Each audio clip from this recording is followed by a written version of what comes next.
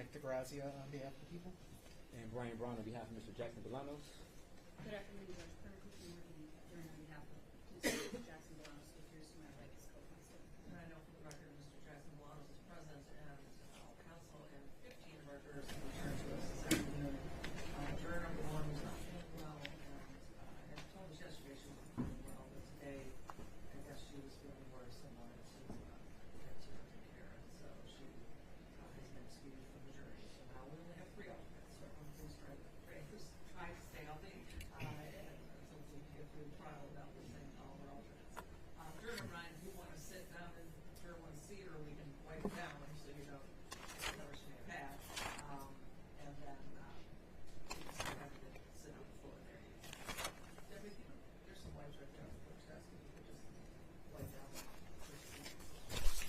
Right there. You lost your pen? Okay, then we'll do it next.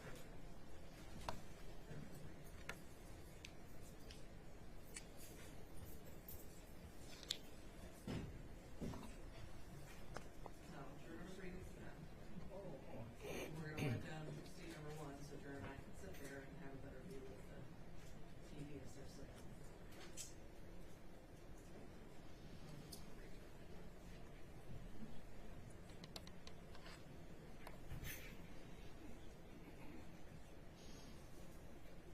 there, please.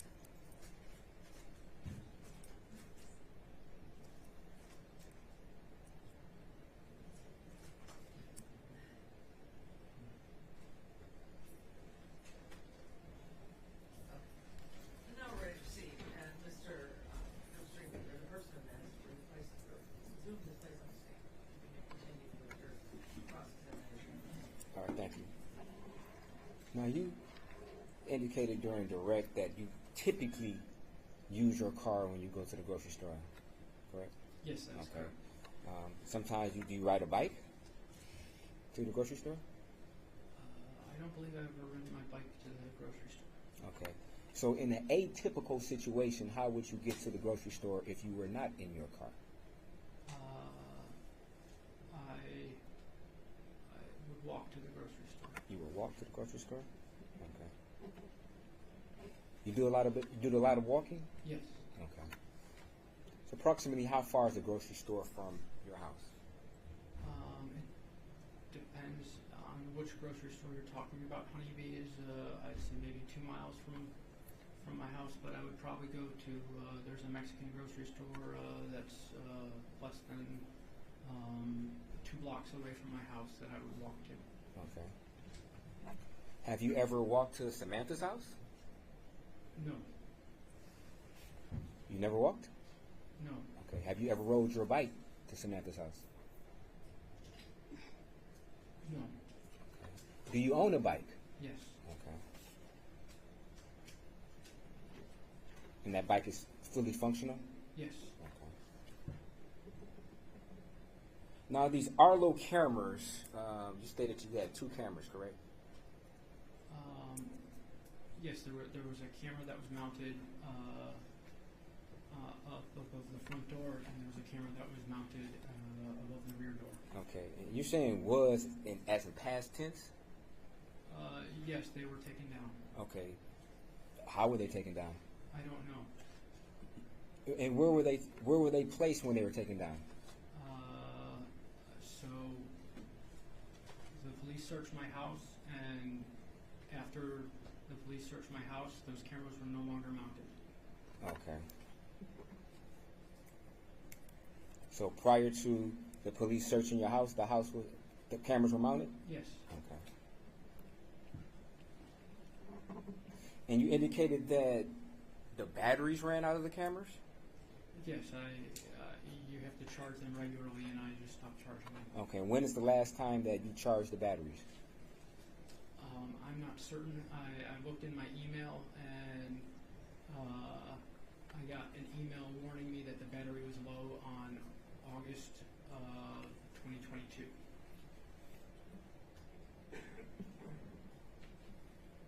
And you haven't changed the battery since then? No. Okay. And you stated that one of the purposes of you installing those cameras is to monitor your front porch, correct? Yes, that was the purpose, yes. Okay.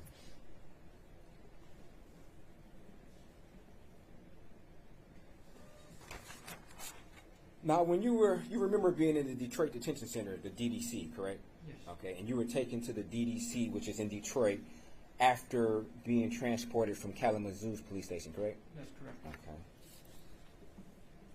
And while at the Detroit Detention Center, you made some phone calls to your parents, correct? Yes. Okay. And would it be a fair statement that while you was at the DDC, your parents never asked you why you were being held or detained, correct? I don't recall. You don't recall? Okay. You never told them why you were being detained? You would agree to that, though, right? Yes, I believe that's correct. Okay. You were also under the understanding that your friend Marvin was talking to a judge that they knew while you were incarcerated to try to help you out. You knew about that, didn't you? I'm not familiar with Marvin. You're not familiar with Marvin's friend, the judge? You don't know who Marvin is? I don't know who Marvin is. Okay. So you never had a conversation about Marvin and their friend, the judge, helping you out? I don't know Marvin.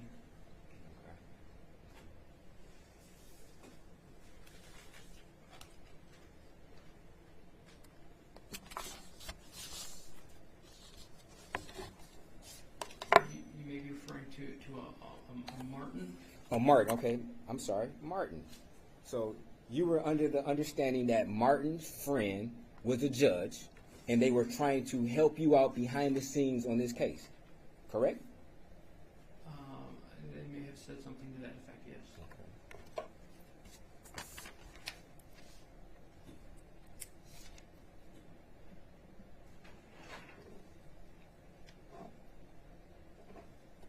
You also told your parents to contact your job, right? Yes. The job that you were scared about losing, correct? Yes.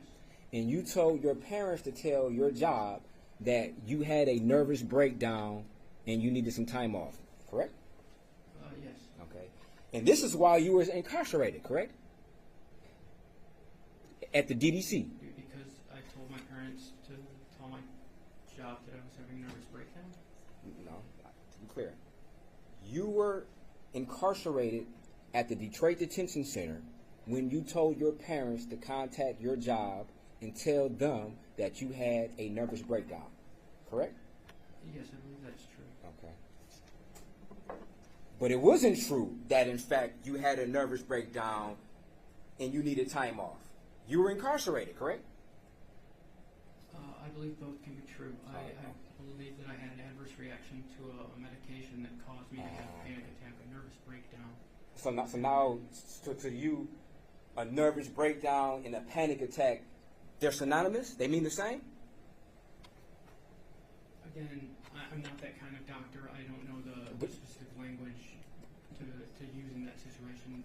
But it seems reasonable to call it a nervous breakdown. But you said that, though. You just said this right now, that the two could be the same as far as you being incarcerated and having a nervous breakdown. So do you feel that way? That they're the same? Based upon what you told your parents? They're the same? You said they both could be true. I'm sorry. They both can be true.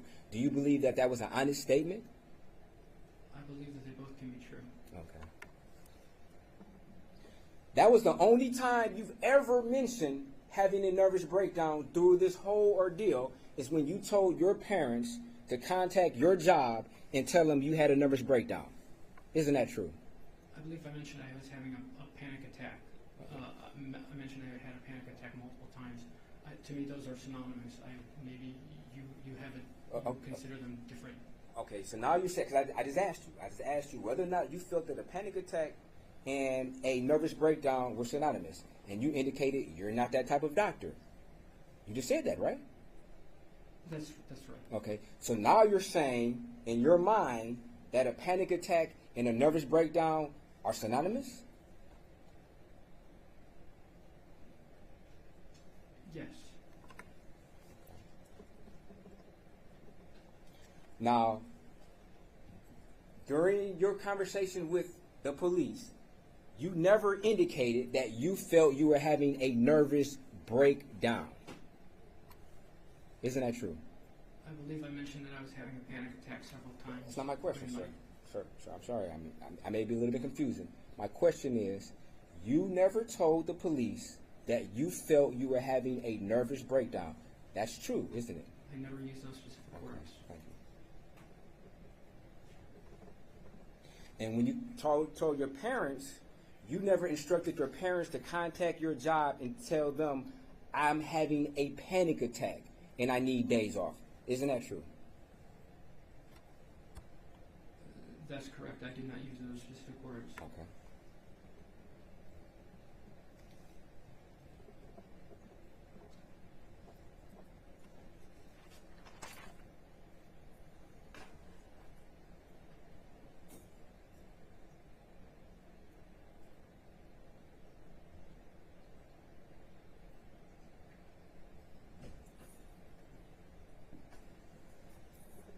Now, you never told your parents to tell your job that you were incarcerated, did you? No, I did not. Okay. And you also did not tell your parents to tell your job that you needed days off because you were incarcerated because you admitted to murder. Isn't that true? That is true.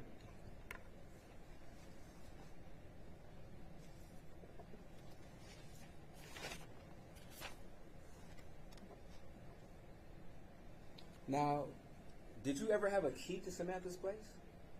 No, Okay. But you knew she had a spare key, correct? that's correct. And I And- told the police that, Oh. And you knew where that spare key was located, didn't you? yes, and I told Okay. the police that information. Now, did you know that she had an alarm system? You know, she never used the alarm system. It didn't even register to me that she had it. I can't recall whether I said yes or no to that question. Isn't it true that you told the police that, to your understanding, she did not have an alarm system? Yes, Okay. Now, how many times have you ever spent the night or visited? How many times have you ever visited Samantha's house? over 10. Over 10? Okay. So when she opened the door, you never heard an audible sound, front door open? It was never armed. That's not, I didn't ask if it was armed. Have you ever, upon entering the house, ever heard an audible chime saying front door open? Not to my recollection. Okay. Have you ever entered through the back door? Yes, Okay.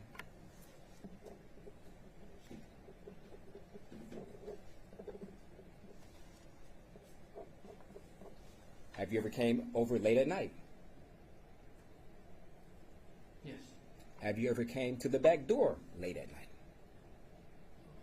Only with Samantha. Have you ever came over her house to visit with Samantha and came to the back door at night?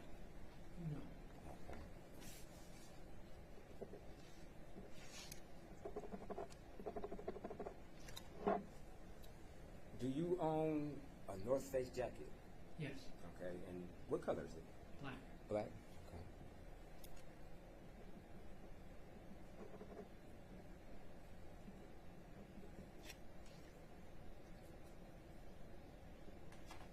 Now, of course, you understand what use immunity is, correct? That basically the prosecutor cannot use whatever you say while you're on the stand against you in any subsequent, if ever, subsequent proceedings, correct?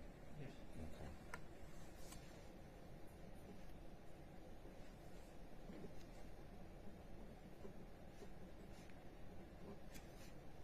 And you weren't going to testify without that, right? Without that immunity being in place, correct? I'm not a lawyer. I am following the advice of my counsel. Okay.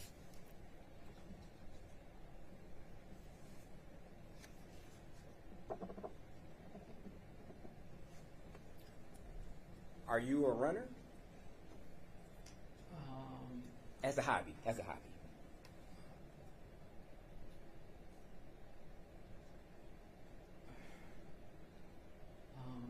I used to run, and since Samantha's death, I've taken up running again.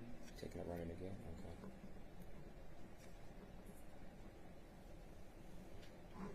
Okay. But prior to her death, you were an avid walker. You would agree to that, right? That's correct. Okay. And you continue to walk, correct? Yes. So, as of now, you are an avid walker and a runner. Would that be a fair statement? Yes. Okay. As well as a biker? Yes. A bicyclist? Yes. Okay.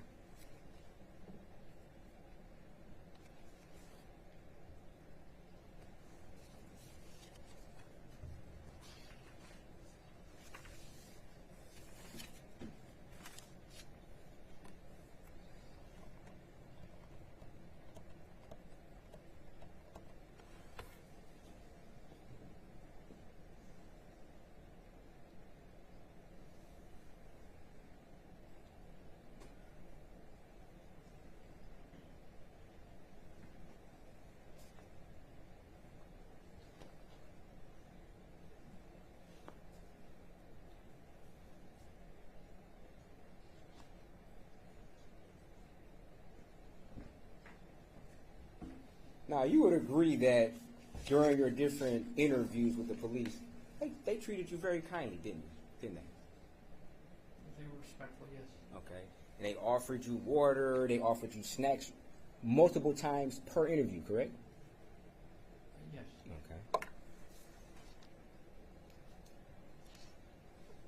And even one detective to your understanding, made a comment to you about it's been a pleasure speaking with you.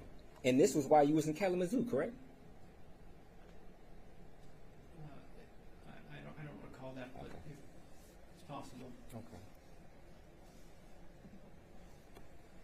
Now, on Saturday, the day of Samantha's death, you had consumed some alcohol, correct?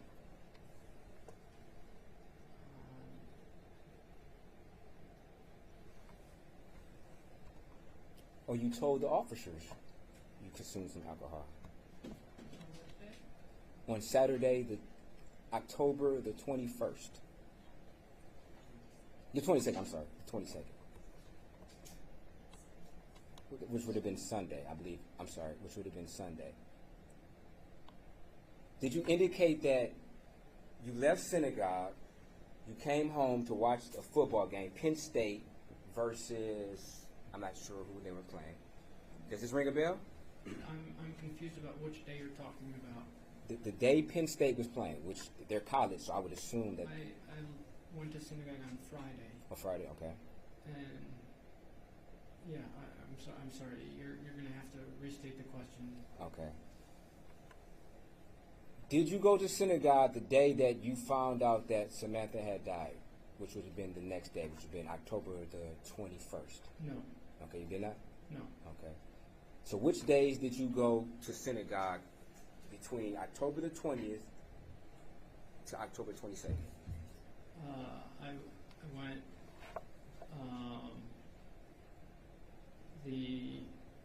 so I went that Friday night, and then I did go Saturday afterwards, to meet with friends. Yes, sir. Thank you. Okay. So you did go that Saturday. Yes. Okay. Thank you. And after you left some synagogue on that Saturday, you went back home and you watched the football game, Penn State, correct? No, that happened before. That was a noon game. Oh, that was a noon game? Okay. But after you left synagogue, you eventually went home and you had some alcohol, correct? Yes, I believe that's correct. Okay.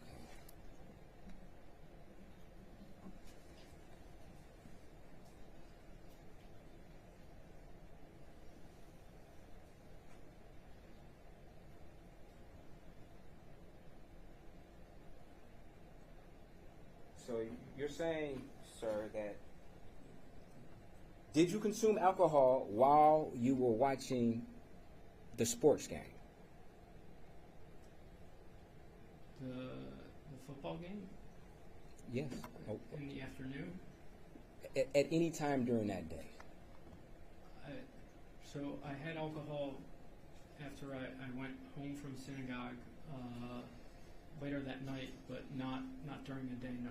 You did? Okay. So you never told the detectives that you had alcohol while watching the game? Judge Objection, I think we're talking about two different games. What games? I mean, I've never seen this, so. I don't recall having had alcohol during the game. If I did, I had a beer, but I don't recall that. Okay. And had you went through a spell of consuming alcohol around that particular time, maybe a 2-week span around that particular time frame of consuming alcohol? No, I didn't have the spell of consuming alcohol Okay. around that time frame. Do you frequently consume alcohol then? On occasion, I have 1 to 2 drinks. Okay. And didn't you tell the officer in Kalamazoo that you do not drink because it will react with your antidepressant medicine and you will have basically an adverse reaction? You said that, didn't you? I may have said that I had 1 beer that night. No. My question is, when you and the officer were sitting at the table just having small talk, you told the officer that, in fact, you cannot drink because you're taking antidepressants. Correct? Yeah. Yes. Okay.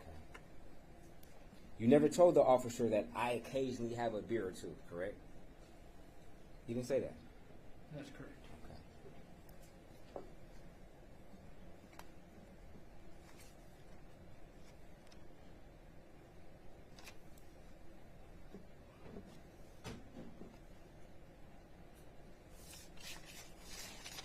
Thank you. No further questions. Sir, Saturday night, the 21st, did Michigan and Michigan State play that day? Saturday night, the 21st. The 21st of October. I have no recollection. I wasn't paying attention to football at that point. Okay. Did you watch? Did you watch more football when you got back from the synagogue that particular night? On Saturday, after learning of Samantha's death. Again, I may have. I don't. If anything, I was trying to take my mind off of the events of the day. I'm sorry. I don't really recall.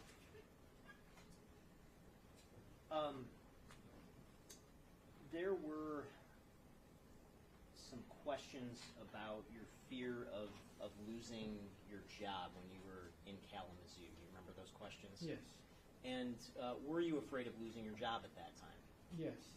And why were you afraid of losing your job? Because I was at the police station and being arrested doesn't look good for a job. Did you want your employer to know that you were at the police station? No. Why not? Again, it doesn't look good to be detained. There were some questions about... Smile? Yes, good morning, Rob. Yeah, oh, it's a good morning now, is it? Yeah, and finally, Portugal is coming. Oh, I was waiting for Portugal. It's one of my 2 favorites with friends, and they have Cristiano. They're talking, but for me, they don't have a real scorer but Cristiano, and they want to see him starting and scoring as soon as possible. Imagine, remember the last time we saw Ronaldo on a major soccer stage 2 years ago at the World Cup?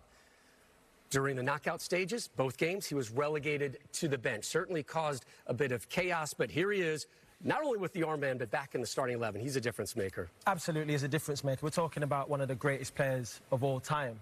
It'd be intriguing to see how things develop. Of course, Leao is playing up front with him now, which is, again, another top player in Europe for me. And they've got strength in depth within the squad. So over the course of the tournament, it will be intriguing to see how this all unfolds. But Cristiano Ronaldo is literally one of the greatest players, if not the greatest player of all time. Yeah, and I think one of the big challenges when you have a new coach, which they do, and Roberto Martinez, who was previously with Belgium, the number one thing has to be, okay, how do you find a way to get Ronaldo involved, keep him happy, and keep the balance of the squad?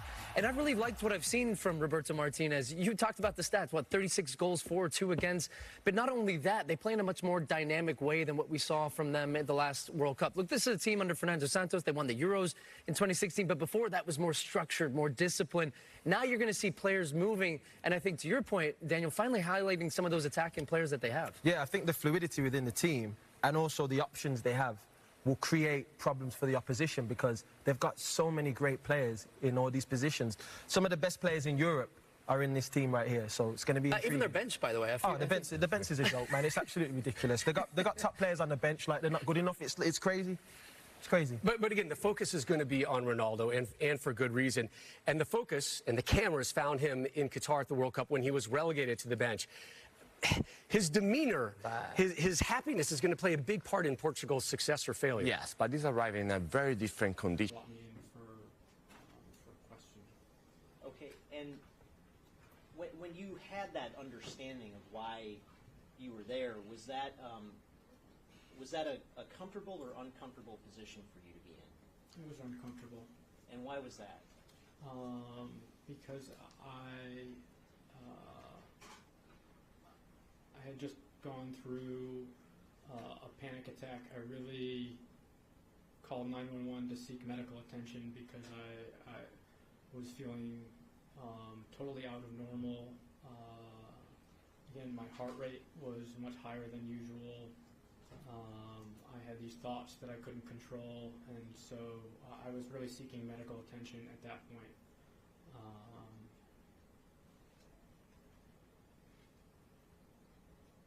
Now, the things that you said in the 911 call and on the body camera footage, both of which have been admitted as Exhibits 27 and 28, respectively, are the things that you said about Samantha, are they true? The things that I said about what I could have done? No. Correct, yeah. That is not true. When you said those things, was it your intent to mislead anybody or lie? No. I was not trying to mislead anyone. I couldn't control my thoughts at that point and was just very concerned about what was going through my head. There were some questions about the sort of treatment that you've received from mental health care professionals, is that right? And approximately during the relevant time, how many mental health care professionals have you consulted with? So at that point, I had a psychologist and a psychiatrist, and since then I've spoken with 2 additional psychiatrists who confirm that this medication causes delusions. And again, when was it that you started taking this specific medication, Auvelity? I started a few days before, but I had doubled the dosage the day before. And was that under the direction of a mental health care professional? Yes, it was. And when did you stop taking that medication? I stopped it that night. I immediately stopped taking that medication once I had those side effects. Okay, and after this period of time where you had these thoughts about feeling responsible for Samantha's death, have you had those thoughts at all since then? No. Are you in any way responsible for Samantha Woll's death? No.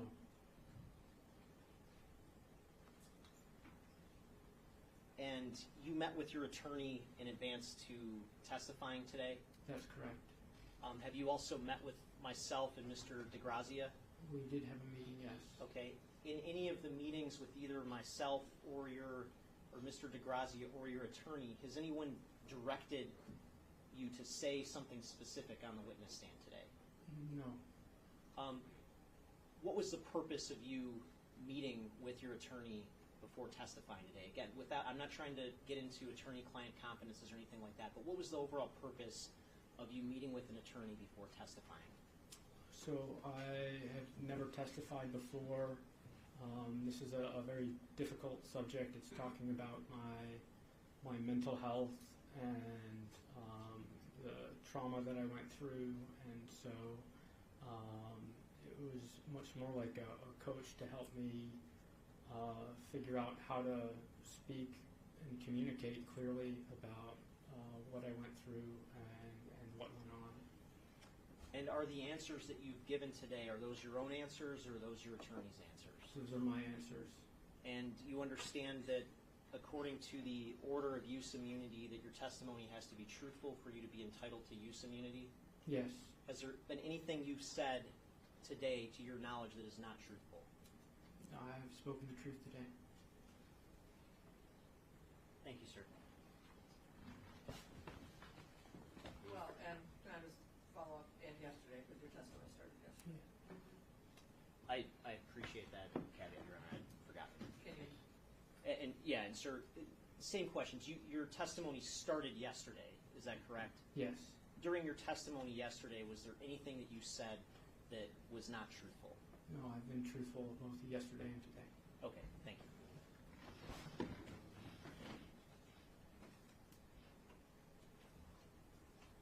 Speaking of or thinking about your job, and being in the police station in Kalamazoo, you said your understanding of being there was that you had a reaction to your medicine. That was your understanding of why you were there? My understanding was that I had a reaction to this medication, and it had caused me to convince myself that I had something to do with Sam's death, and that was why I was brought in. It was not my intent when I called 911 to end up in a police station. Okay. But you did understand what you said. You understood that the police came. Yes. And they arrested you. Yes. And you understood where you were, correct? Yes. You didn't have any delusions. You didn't think you were in a zoo, did you? No. You didn't think you were at home, did you? No. You knew exactly where you were, correct? Yes. You knew exactly who you were speaking with, and they were police officers, correct? Yes. You didn't think you were talking to your attorney, correct? Correct. You didn't think you were talking to your mom, correct? Correct. Okay. You were very lucid on where you were and with whom, correct? Yes. Now, you indicated that your heart rate was abnormal. Abnormal. What is your normal heart rate? If you know, without looking, please, sir. Okay. Do you know what your normal heart rate is? Yes or no? I know it's not 150. I have an app that can tell me what my typical heart rate is if No, you let me I'm access that. I'm asking, sir, if you know off the top of your head what your own heart rate is, that is normal. If It's you know. typically 60 to 70 60 to 70 what? beats per minute. Okay. Are you guessing? It varies. It varies? Okay. Yes, sir. And it goes up depending on if you're doing some substances like smoking marijuana. It would change, correct? I don't know if smoking marijuana how it changes your heart rate. But you stated you have an app, correct? You stated you have an app, correct? Yes or no? I do have it. Okay. Yes. Have you ever tested your heart rate after smoking marijuana? The app I was referring to is a blood donation app where they test your heart rate and blood pressure when you're donating blood. So I've never smoked marijuana and done that. Also, so to be clear, you don't have like maybe a body-worn watch or something that would, I guess, continuously measure your heart rate, correct? No. Okay. So you're just going by what your heart rate is at the point in time you go to donate blood. That's correct. Okay. And you get anxious at other times, correct? That would be a fair statement. At certain times you get anxious? Yes. Okay. So you don't know what your heart rate would be at one of these times where you're feeling anxious, correct? That's correct. Now, have you ever convinced yourself of something that you felt wasn't true?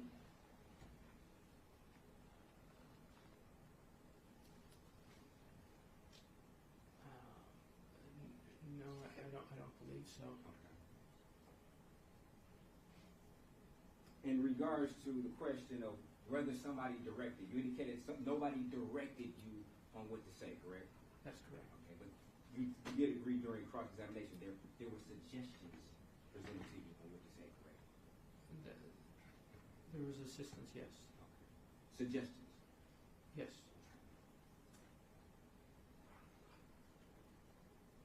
Thank you. No further questions. Nothing, Your Honor. Thank you. Questions from the jury? Right now, counsel approach. Questions?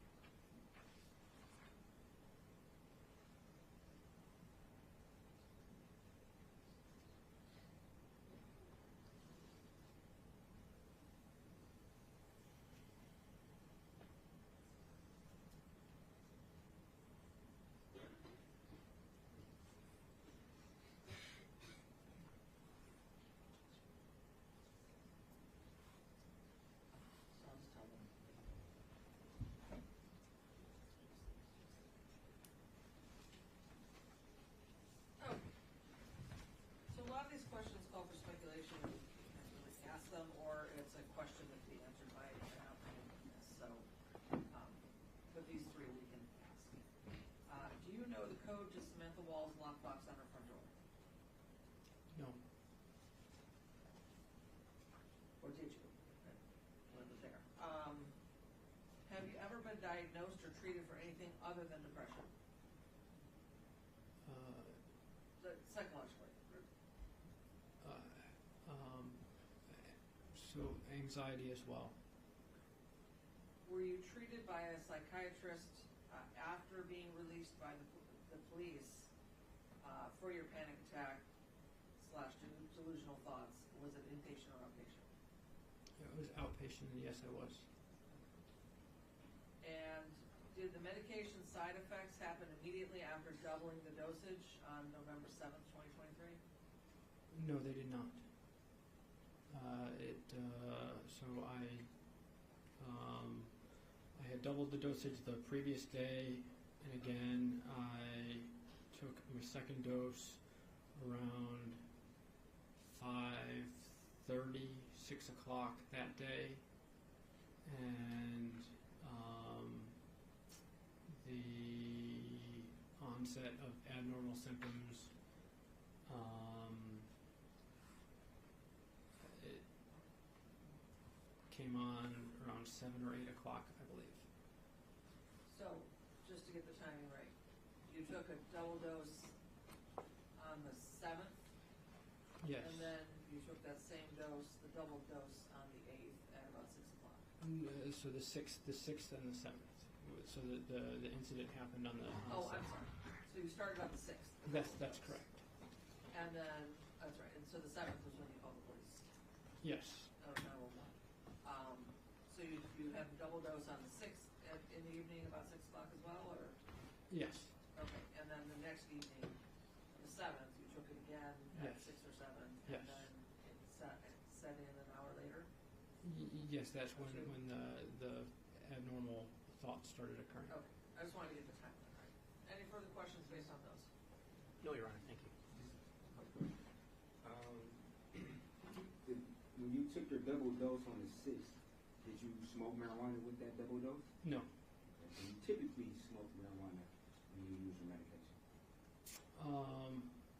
For the previous medication, I had found no issues. For this medication, I specifically asked my psychiatrist if it was okay, because I was taking a new med, if I could smoke marijuana, and she said it was okay. Okay. And in this case, Okay. So there may have been an interaction. did you have any alcohol on any dosage on the 6th or the 7th? I had one beer on the 7th, yes, for dinner. Was it like an IPA? Yes. Were you concerned after being released from the Kalamazoo Police Station or Detroit Detention Center that you may want to go into inpatient, since this, in your mind, quote unquote delusion was greater than any other delusion you've ever had? Yes, that's why I worked with psychiatrists to try and figure out and treat and get treatment for what was going on. Did you personally feel that you should be an inpatient for the quote unquote severity of this situation? Yeah. So I stopped the medication, and several days later, the symptoms subsided. So I felt like it was okay not to go to inpatient, but it was something that I discussed with my psychologist and my psychiatrist. Did you discuss that with your family also? Yes. Thank you. No further questions. Any further? No, Your Honor, thank you. Any further questions from the jury? Okay, thank you. You may step down. Any objections with the excuse? No, Your Honor. Do we need a break? Or are we good to keep going? Okay, let's keep going. Your Honor, at this time, the people call Jennifer Swatek.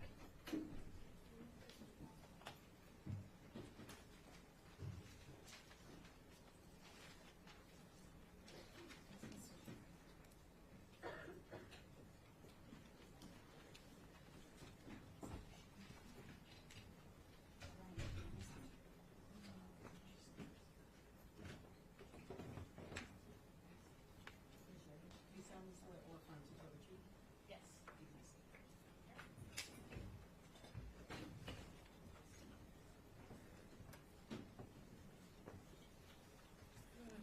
Afternoon. Please pull the mic nice and close to your mouth.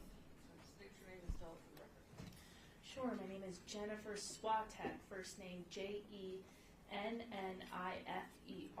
last name Swatek. Thank you, Your Honor. Ma'am, could you tell the jury what you do for a living? Sure, I am a forensic toxicologist at NMS Labs. And does NMS Laboratories or NMS Labs have a relationship with the Wayne County Medical Examiner's Office? Yes, they do. And what does NMS Labs do for the Wayne County Medical Examiner's Office? We perform toxicological analyses on bodily specimen. And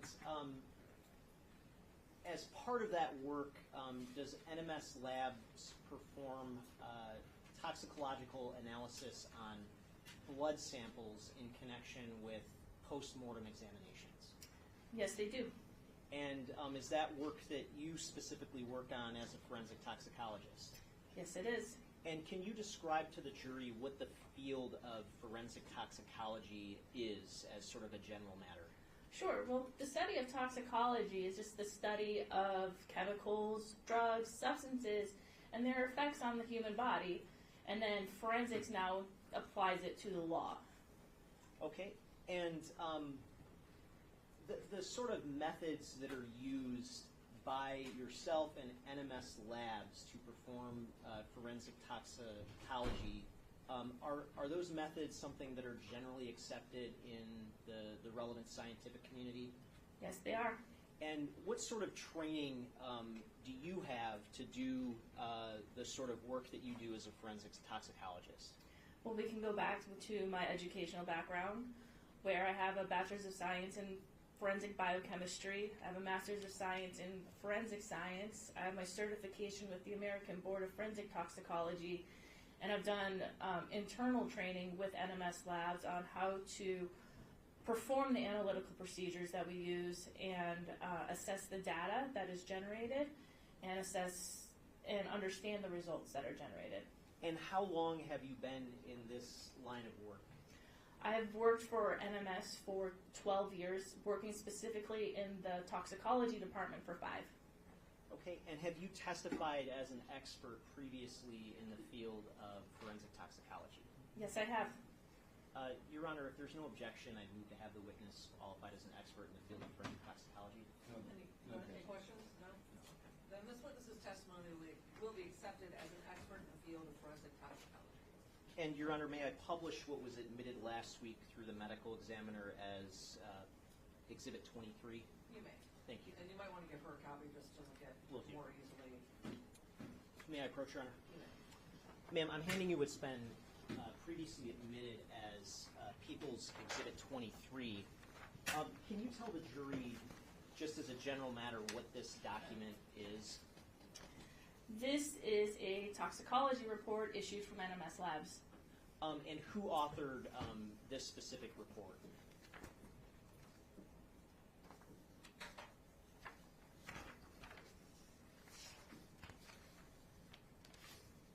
This specific report has my signature on it.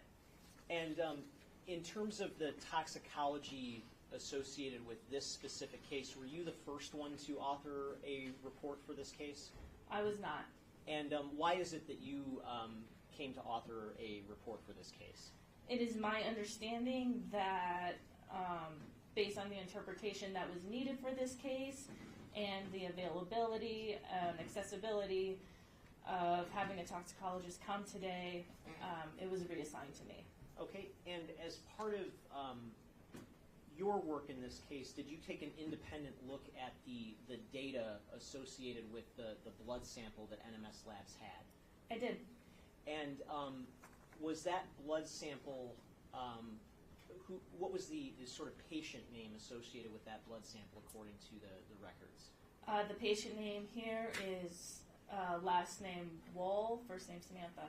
Okay, and if we go into the positive findings section of the report, I just want to ask about sort of each positive finding. So where it says caffeine, what sort of information were you able to determine based on the data that you observed when it came to the substance of caffeine? Essentially, all this is saying is that we reported a presumptive positive off our screening results for caffeine, indicating this individual consumed a caffeinated product at some point. Okay, and what's the next substance that's indicated there? Gamma hydroxybutyric acid. And what is that substance? Gamma hydroxybutyric acid, we can call it GHB. It can be an endogenous, which means it's found within the body naturally. It can be found endogenously from breakdown of certain neurotransmitters, and it can also be utilized as a sedative hypnotic. And is there a particular sort of like street name that you're aware of for that particular substance, like that it's commonly known as? I believe roofies, maybe? Would that be like the date rape? Yes. Date rape drug? And it has been associated as being a date rape drug. Okay, and in terms of the result for that specific substance, what is the result there? We reported a positive result at 8.3 micrograms per milliliter. And is that result consistent with a endogenous finding or somebody being actually drugged or having ingested GHB? This would be a finding I would consider to be consistent with endogenous. It could be found, I think, potentially in anybody if we did postmortem analysis for this specific substance.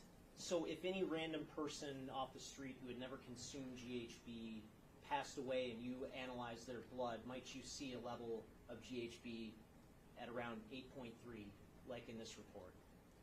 Yes, that is possible. So is there anything significant, in your opinion, about this level of GHB in the blood? No. Okay, and how about the other substances? Can we, I guess, go down to the next one? Sure, the bupropion. Yes, and what is bupropion? It is well known as Wellbutrin. It is a antidepressant drug. Okay, and what does the result tell us, if anything, about that particular substance in the blood? This results in bupropion in conjunction with its metabolite, hydroxybupropion. This tells me that this individual consumed or was possibly using Wellbutrin. And when you say metabolite, can you explain to the jury what you mean by that? Sure. It's just a breakdown product. Just even like if you eat food, you metabolize it. So with like drugs, we metabolize drugs and we break it down. So this is essentially a breakdown product of the bupropion. Okay, and what about the next substance after the metabolite? The zolpidem? Yes. Yes, the zolpidem, sometimes known as Ambien, can be a sedative hypnotic prescribed to help with sleep. Okay, and what, if anything, can we, I guess, glean from the level of that substance in the blood? Sure, this level of 25 nanograms per milliliter is consistent with literature values, consistent with a therapeutic use. Okay, and how about the remaining, the last 4 substances? What do those sort of reflect? Sure, the 11-hydroxy delta-9 THC, delta-9 carboxy THC, delta-9 THC. Those are indicative of cannabis use, marijuana. And are some of those metabolites or? Right.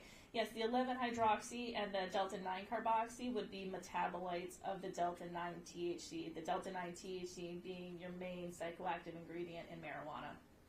And based on the Ambien, the combination of Ambien and marijuana in the blood, is there anything that you can say about the effects, if any, on someone's central nervous system of having that sort of level of these substances in their blood? It's possible the person may have been exhibiting some central nervous system depression, maybe some sleepiness. It's just going to depend on this individual's frequency of use, their tolerance, but I can't give a specific answer. Okay, and I guess within a reasonable degree of scientific certainty, can you say anything else about the effects on somebody based on having these substances in their blood system? As I said, this person may have been feeling some sleepiness. That's probably the extent that I can say, but I can't say for sure to what extent. Okay, thank you. Nothing further.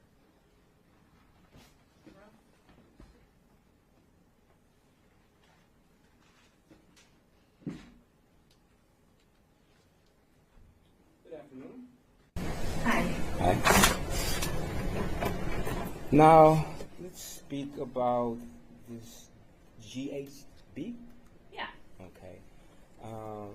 You indicated that this could, I guess, be a naturally occurring substance in somebody's body? Yes, ma'am. Okay.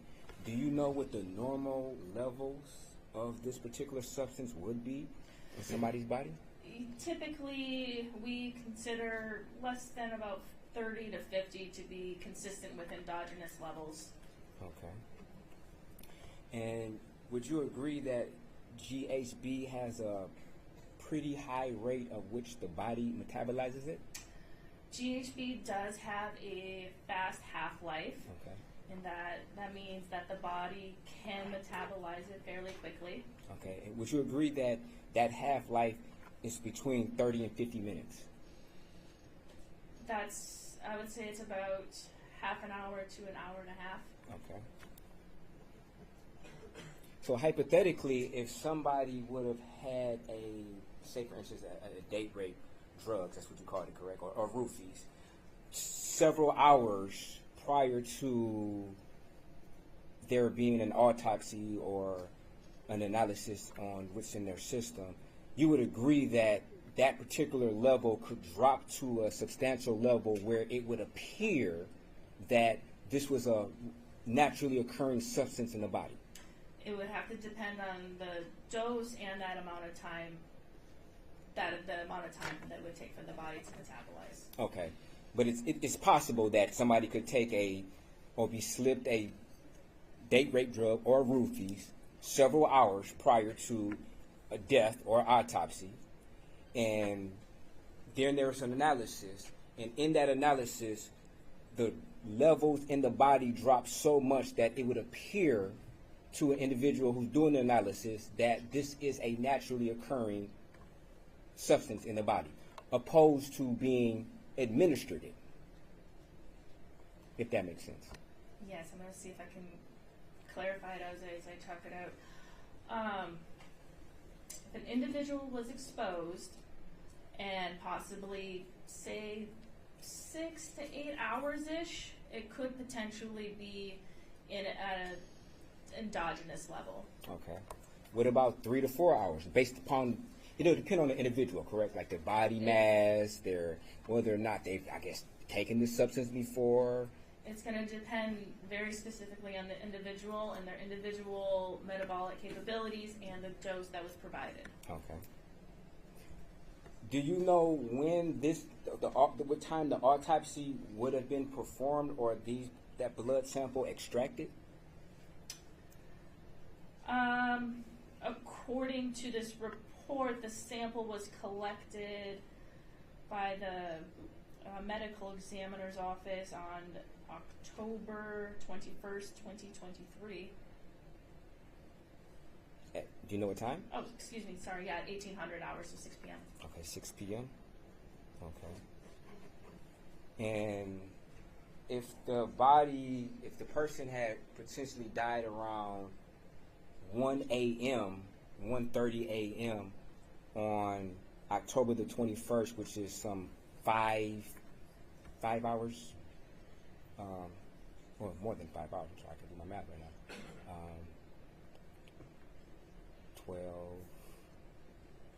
16 hours, some 16 hours after death that the blood was extracted. Would that have some type of impact possibly on whether or not somebody could be able to determine whether or not this was a naturally occurring substance in the body versus somebody being administered it? It would depend on when it was administered in relation to the time of death, not necessarily the time of the autopsy. Okay. If it was administered closely to the time of death, I would expect it to be elevated. Okay. Because when the person dies, the body stops metabolizing. So if there was a significant amount in their body when they were deceased, that would, in my opinion, be reflected on the report. And even with a postmortem interval until autopsy of 16 hours, I wouldn't expect it to drop significantly. Okay. Something about BHB is we worry more about it being produced postmortem. So sometimes it can be slightly elevated, not necessarily to the point where it would change the interpretation, but Okay. So wonder if hypothetically the person was administered this GHB around midnight okay, or 12:30ish, okay, and they actually died around maybe 4:20ish when they actually died. Okay. Could that half-life maybe give a false interpretation of whether or not this particular substance was administered or naturally occurring in the body? So the 4-hour 4 hour. interval. Yes. Again, it's going to be very dependent on this person's metabolic capabilities. I would still expect to see, again, it's also going to depend on what the dose is, too. If this person was given a dose to cause a slight stupor versus a dose that would possibly cause deep sedation, that would also have to be a factor in, too. Okay. So I could expect a higher result even after 4 hours. Okay. Would you agree that GHB lowers the blood pressure in a person? It is yes, it's a sedative hypnotic. So yes, it's going to cause depressive effects on the body. Okay. Now, in a hypothetical situation, if somebody were to ingest this substance and say, for instance, they were stabbed, could that possibly slower the rate of which somebody bled out if they were under the influence and they had a lower blood pressure? I think that would be a better question for a medical doctor. Okay, so you're not sure. Okay. But you agree that it does lower the blood pressure, correct? I believe it causes sedative effects, which could, yes, include lowering blood pressure, lowering heart rate. Okay. And would you also agree that THC also would lower blood pressure and lower the heart rate? It's possible it can. It can also increase. Okay. And it's possible that a combination of GHB and THC could lower the blood pressure and heart rate maybe to a significant degree. Not to death, but to a significant degree. Or more than normal. I'll rephrase that. I'm sorry. If a person was given 2 drugs that could cause sedating effects, it could cause lowering of, yes, heart rate, lowering of blood pressure, but again, I can't see how that would affect this individual. Okay. Would possibly Ambien, does that lower the blood pressure and or heart rate? It could. Okay.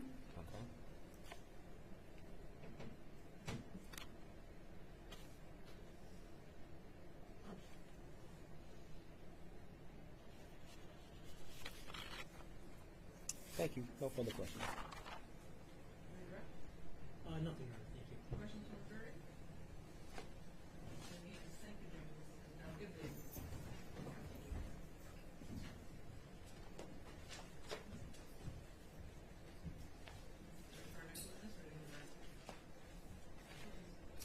The people call Officer Allison Baker from Kalamazoo.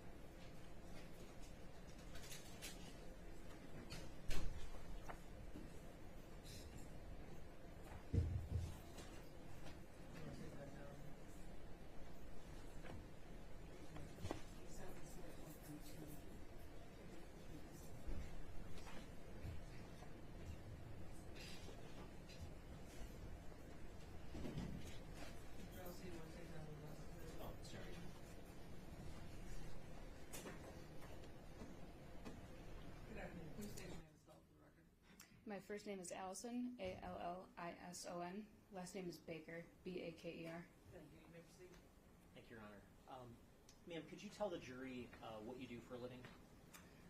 Currently, I work for the crime lab for Kalamazoo Department of Public Safety. At the time of this incident, I was a public safety officer. And what were your responsibilities as a public safety officer with Kalamazoo? As a public safety officer, we respond to police-related matters along with we're trained firefighters and medical first responders. And how long had you been a public safety officer before joining the crime lab with Kalamazoo? Just about 7 years. And back on, November 7th of 2023, were you a public safety officer in Kalamazoo at that point? Yes, I was. And on that particular evening, did you happen to be dispatched to a Four Points Sheraton Hotel in Kalamazoo? Yes, I did. And what was the purpose of you getting dispatched to that location? It was a check welfare / medical call for service. Okay, and when you went to that location, did you have any interaction with a particular person? Yes, I did. And who did you interact with? Jeffrey Herbstman. And when you interacted with him, can you, I guess, describe for the jury what was his condition like? What was his demeanor? My initial contact with him, he was very anxious. He had called because he was having a panic attack. He was shaking, crying, breathing heavily, and appeared to be having a panic attack. And did you happen to see whether he was near a vehicle or with a vehicle? When I arrived on scene, he was sitting in the driver's seat of his personal vehicle. And what type of vehicle was that? It was a black two-door coupe Volkswagen. And do you remember the license plate for that vehicle? Not off the top of my head. Did you ultimately make a police report in connection with this run that you had? Yes. And if you looked at a copy of that report, would that potentially refresh your recollection as to the license plate number? Yes, I have it right here. And you have a copy Yeah. with you? Okay. If you could take a look at that and let us know when your recollection's been refreshed. Yes, the license plate was a Michigan license plate 5MJC37. Okay, and after, I guess after your interaction with Mr. Herbstman in the parking lot, where did he go from there immediately? He immediately exited the vehicle upon my initial contact with him and proned out on the parking lot on the ground. And I guess what I'm asking, if I can clarify, is after the totality of your interaction with him in that parking lot, where did he go from there, if you know? He went to our headquarters, our KDPS headquarters. Okay, and what happened to his vehicle at that point? It was impounded. And what does it mean for a vehicle to get impounded? So we have a tow truck company that we work with. They tow it, and then we had it taken back to our KDPS headquarters where it was secured in a bay. It can't be released to the owner. It's in our custody, basically. And before that vehicle was impounded, did you have an opportunity to perform a search of the vehicle? Yes. And when you searched the vehicle, did you recover anything of significance? Yes. In the, I guess, dashboard, like on the left side of his steering wheel, there was a little compartment, and I located a blue folding pocket knife. And if you took a look at that knife, would you recognize it? Yes. When you collected the knife, what did you do with it? I collected it, and then I turned it over to PSO Ostrander, who was my partner at the scene. Okay. And I'm holding what has been marked as proposed exhibit 29. May I approach, Your Honor?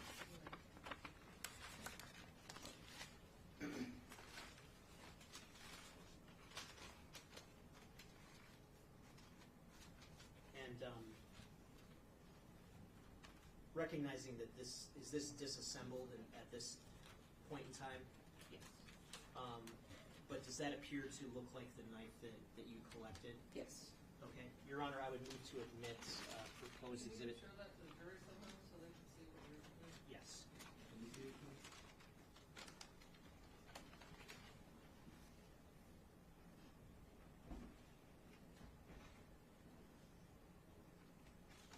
And this envelope that the knife was in, does that appear to be an evidence envelope from the Detroit Police Department? Yes. And does that have some markings on it from the Michigan State Police Crime Laboratory? Yes. But the knife itself, other than the fact that it's now disassembled, does that appear to be the knife that you collected from Mr. Herbstman's vehicle on Yes. that I move to admit Exhibit 29. Okay. People 29 we admitted.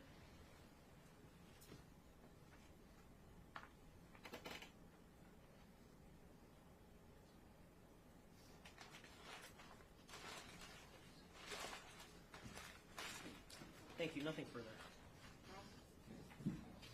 Good afternoon, officer. Good afternoon. Now, when you first arrived to this parking lot in Four Points, Sheraton, you located Mr. Herbson's car, correct? Yes. And immediately he stated, I know I'm in trouble, correct? Correct.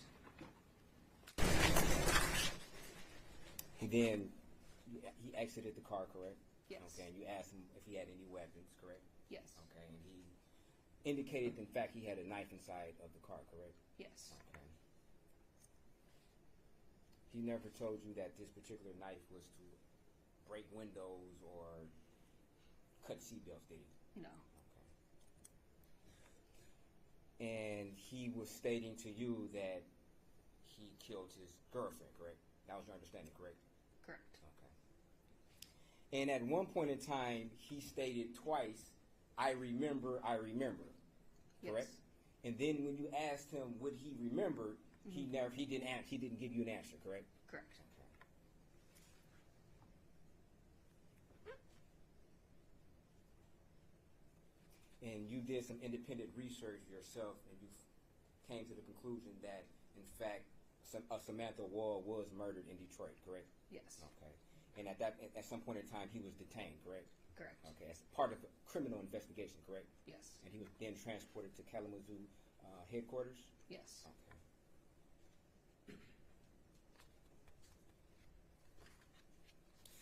Thank you. No further questions. Just briefly, I just want to show you briefly what has been admitted as Exhibit 28.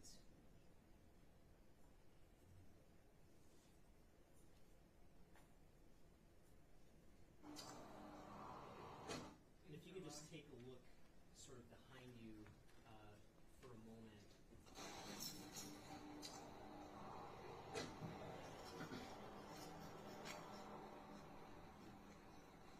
I'll come around to the other side. And Your Honor, is this for impeachment purposes or refresh your memory, or? What I want to ask is, this exhibit that we're looking at, Exhibit 28, is that from your body-worn camera? Yes, it is.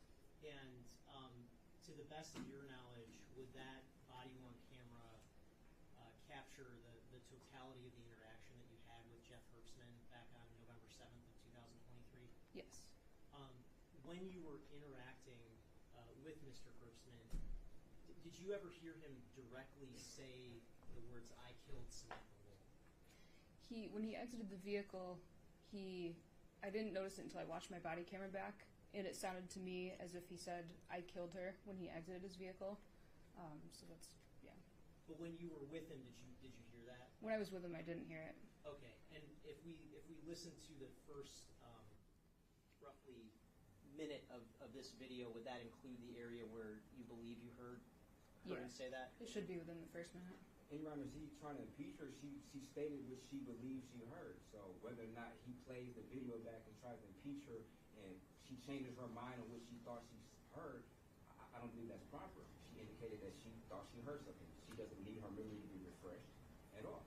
You can impeach her, or I mean, how would it's he? already been admitted. Right, so. but how would he impeach her on what she thought she heard? I don't know if he can impeach her on what she felt that she heard. It's an admitted exhibit. You can play it. So.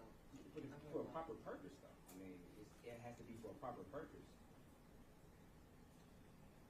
And I believe this is the proper purpose. I'm not sure how it would at all be improper for me to question a witness on the stand about her own body-worn camera footage that's already been admitted as an exhibit.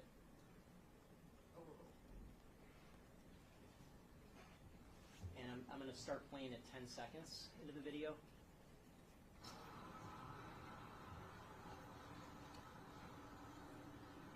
Hi. Can you open the door? Can you open the door for me? I know I'm in trouble. No, you're okay. What's going on? You can sit in the car if you want. No. What's going on? 22 City Licks, they're under. Turn on your body cam, please.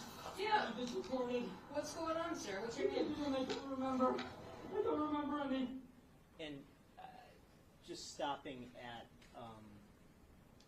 44 seconds in, is that where later on when you review this video you thought that you heard him say, I killed her and I don't remember? Correct. Okay. And, but you didn't clearly hear that when you spoke with him at the time, is that right? Right. And the video just kind of is what it is at this point, right? Correct. Okay, thank you. Nothing further. Officer, do you still feel that based upon your knowledge and reviewing of the body cam, you still feel he said that, correct? I feel like you did. Okay, thank you. No further questions. Questions from the jury? Thank you. Thank you. The people call forensic scientist Kyle Conkle.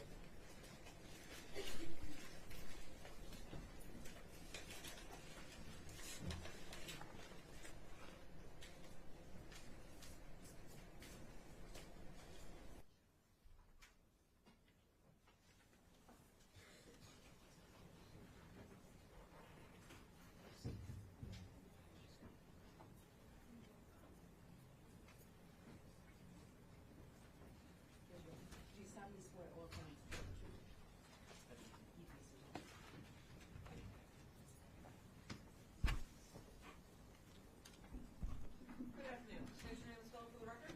My name is Kyle Konkol, Kylekonkol. Can you pull the mic just a little bit closer to you? Thanks. You may proceed. Thank you, Your Honor. Sir, can you tell the jury what it is you do for a living? I'm a forensic scientist for the Michigan State Police at the Grand Rapids Forensic Laboratory. And as part of your work as a forensic scientist with the Michigan State Police, do you have any particular areas of specialization? I am mainly employed as a forensic scientist in the Body Fluid Identification Unit, but I also serve a role on the crime scene response team. And what is the crime scene response team? We cover 18 counties in southwest Michigan where we respond to crime scenes of various high-profile crimes such as homicides, officer-involved shootings, and sexual assaults.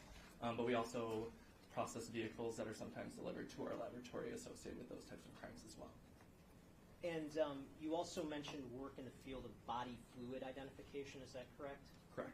What is the field of body fluid identification? As a forensic scientist in the Body Fluid Identification Unit, my primary role is to screen items of evidence for common body fluids such as blood, semen, and saliva. But I also analyze items of evidence for any source of DNA such as trace or contact DNA and hairs as well. And how long have you been working in the field of body fluid identification? Just under 3 years. And what sort of training do you have to be able to perform the type of analysis that you do in connection with your work in the area of body fluid identification? I have a Bachelor of Science degree from Northern Michigan University, and I also completed a very in-depth year-long training program upon my promotion to forensic scientist in the Body Fluid Identification Unit, which consisted of many required readings, casework observations of already trained analysts, as well as mock casework and a mock testimony training that culminated in a mock trial. And in terms of the methods that you use in the field of body fluid identification with the Michigan State Police, are those methods something that you just came up with or that are used and accepted more generally within the scientific community? All of the methods that we employ in the BFI unit of the Michigan State Police are widely accepted in the greater forensic science community. Thank you. And Your Honor, I would move to have the witness qualified as an expert in the field of body fluid identification if there's no objection. Okay, so this witness's testimony will be accepted in the field of body fluid identification. You can proceed with your questions about his work. Thank you, Your Honor. And sir, in connection with your work specifically with the crime scene response team, did you have an opportunity to process a particular vehicle back on the days of November 8th and November 9th of 2023? Yes, I processed a black Volkswagen. And where was that vehicle located at the time that you processed it? When we processed it, it was located in our secure laboratory processing bay, which is a separate area from the rest of our laboratory areas. When you processed the vehicle, were you alone or were you with other members of the crime scene response team? Typically on the crime scene response team, we have multiple individuals that work together to process vehicles and crime scenes. So I worked on this vehicle with forensic scientist Grace Bomarito and forensic technician Katie Favalli. And what was your primary sort of purpose for processing this specific vehicle? This vehicle was submitted to us to search for possible blood that may have been transferred to the vehicle from a suspected homicide scene in Metro Detroit. And what sort of methods were available to you to use to search the vehicle for possible blood? So we used a initial bright light search. We like to start with the least destructive methods as possible.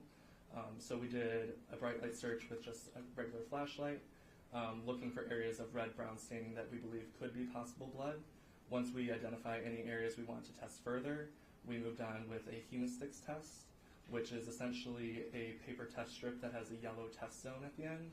When a sample of possible blood is touched to that test zone, they'll change from yellow to blue-green. And then we also did luminol on this vehicle, which is a chemical reagent that needs to be sprayed in the dark, and any areas of suspected blood will illuminate blue in the dark. Okay, and other than those methods, was there anything else that you and the rest of the team did to search for possible blood in the vehicle? Those were the only methods that we employed for this vehicle. And can you just describe the basic procedure for searching a vehicle that was employed in this case? So our standard procedure is to first take general photographs and documentation or notes of the vehicle as it has arrived to us. From that point, we'll do a general inventory of all the contents of the vehicle. In this type of case where we know we want to search the entire vehicle for suspected blood, we also removed all the contents and photographed them outside the vehicle. After, as I described previously, we did a initial bright light search throughout the entire interior and exterior of the vehicle for possible red-brown staining. We also did a visual search of all the contents that were in the vehicle as well. And you mentioned that some photos were taken. Did I send you a selection of those photos in advance of you testifying today? Yes, you did. And do those photos that I sent, did you have an opportunity to review those photos? I did. And do those photos fairly and accurately depict what you actually observed when you searched this particular vehicle? Yes, they did. And I'm holding what's been marked as Proposed Exhibit 33. It's a disc. Is it your understanding that the photos are contained on this specific disc? That is my understanding. Your Honor, I move to admit Proposed Exhibit 33. Thank you, Your Honor. And did you also document the findings in connection with your search in a laboratory report? Yes, we did. And would that laboratory report be under Michigan State Police Laboratory number MD23-3317? Yes, record 10 of that laboratory number. And I'm holding what's been marked as Proposed Exhibit 32. May I approach, Your Honor? You may. Is this a copy of the report that you completed in connection with this case?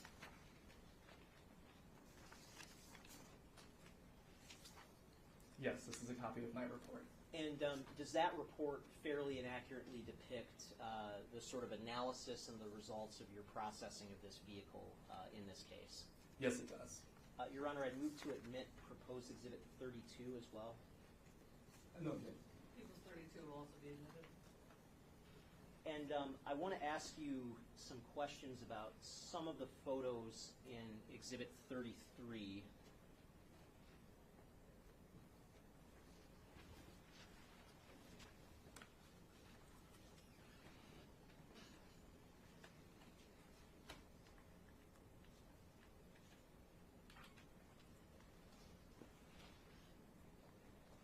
So if we look at page 3 of Exhibit 33, what's this vehicle that is depicted here? That is a black Volkswagen EOS, and that is the vehicle I processed on November 8th and 9th of 2023. And just for the record, what was the license plate number associated with that vehicle? The license plate is 5MJC37. Okay, and I want to direct your attention just to 3 specific photos, starting with page 93. What are we looking at in terms of what's depicted on page 93 of Exhibit 33? So in the trunk of the vehicle, there was a black backpack and suitcase. Our standard procedure is to do a visual and photo inventory of all the contents of the vehicle. So we took a photograph of items that were contained within that black suitcase. So I believe those were prescription pills and like general over-the-counter drugs from the black suitcase. Okay, and I want to just zoom in. This particular bottle that's depicted now toward the upper middle portion of the screen, can you spell the name for the record of this particular prescription? Of the drug itself? Yes, if you can spell that, just for the record. It is AUVELITY. And how about the one directly to the right of it? Is REXULTI. In terms of the items that you tested in the vehicle, did any items test positive for the possible presence of blood? Yes. There was a light blue gift bag in the trunk of the vehicle that had a stain that tested positive for the possible presence of blood with hemosticks. And then there was a gray dog leash and harness in the front passenger seat of the vehicle that had a stain on it that also tested positive for the possible presence of blood with hemosticks.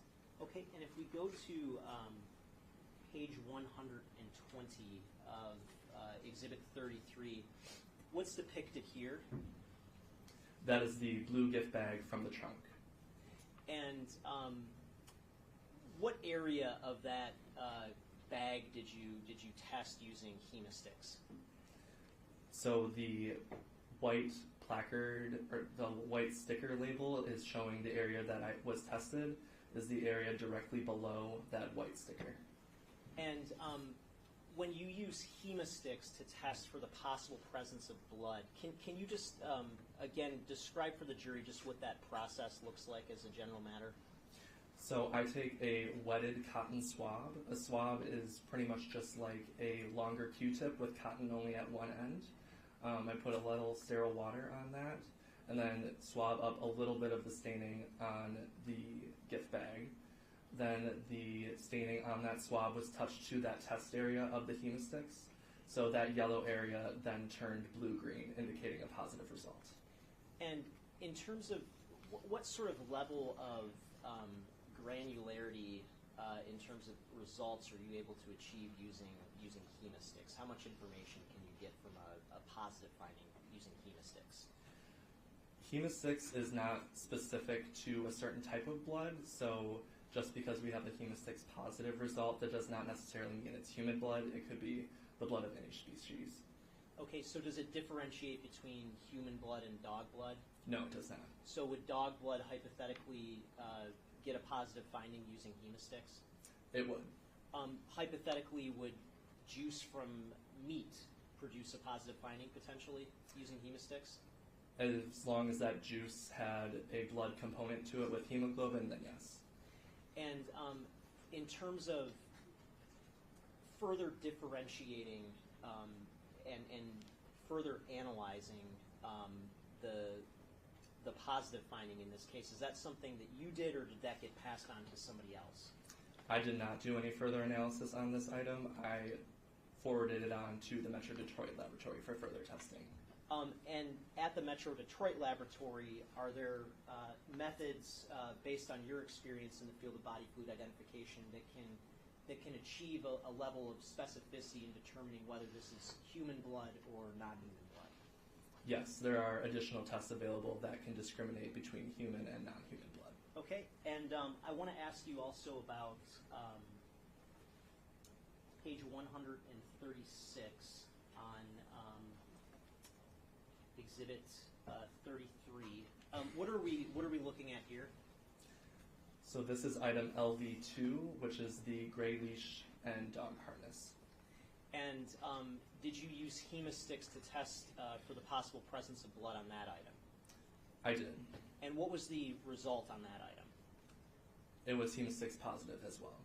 Okay. And again, for purposes of the positive finding with respect to that item, did you do any further analysis, or was that something that was passed along to somebody else to do? I did not do any further analysis. This item was also passed on to the Metro Detroit laboratory.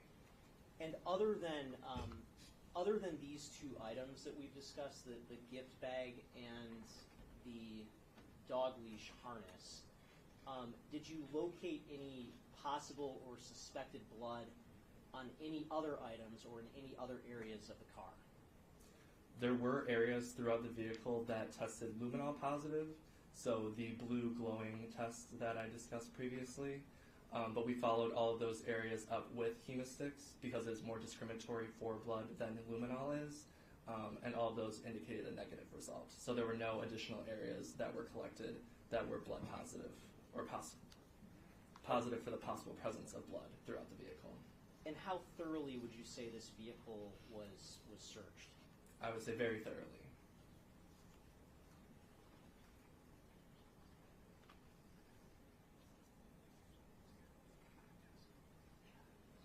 Okay, thank you. Nothing further. Ross?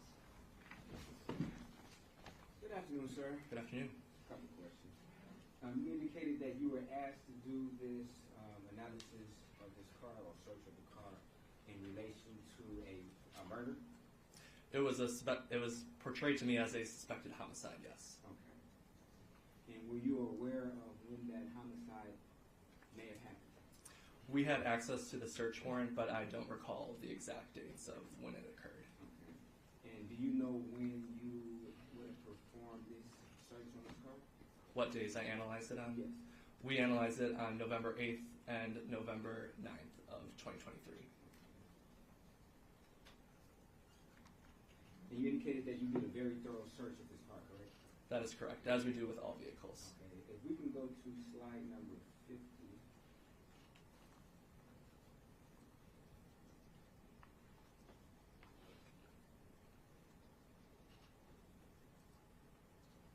And just for the record, can you indicate what that blue object is that was found inside of the front passenger floor here?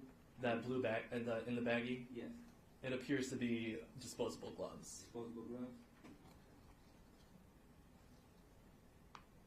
And this was in the passenger compartment of the car, correct? It was on the floor of the front passenger seat area.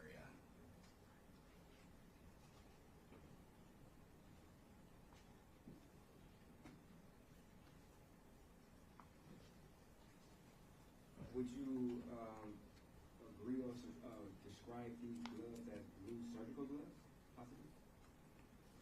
Somebody could describe them as that, but I would just call them disposable gloves. Okay. Did you do any further analysis on these gloves? We did not.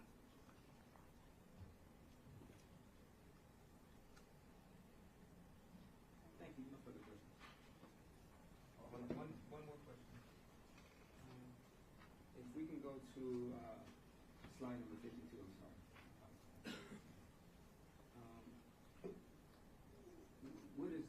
What did that appear to be, this black object? What is that? We described it in our notes as a black mat. We didn't know for sure what it was, though. It's a mat? A mat, yes. Okay.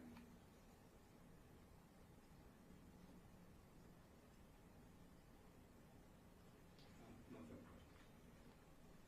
further questions. Did you observe any suspected blood visually on the blue gloves? We did not. Thank you.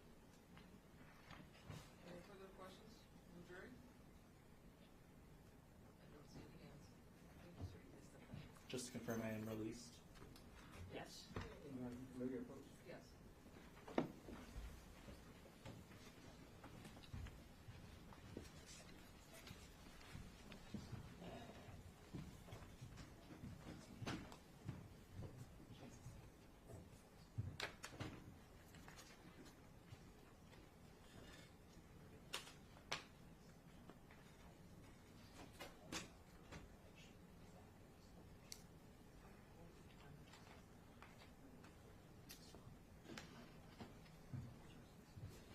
We're going to take like a 9-minute recess or less.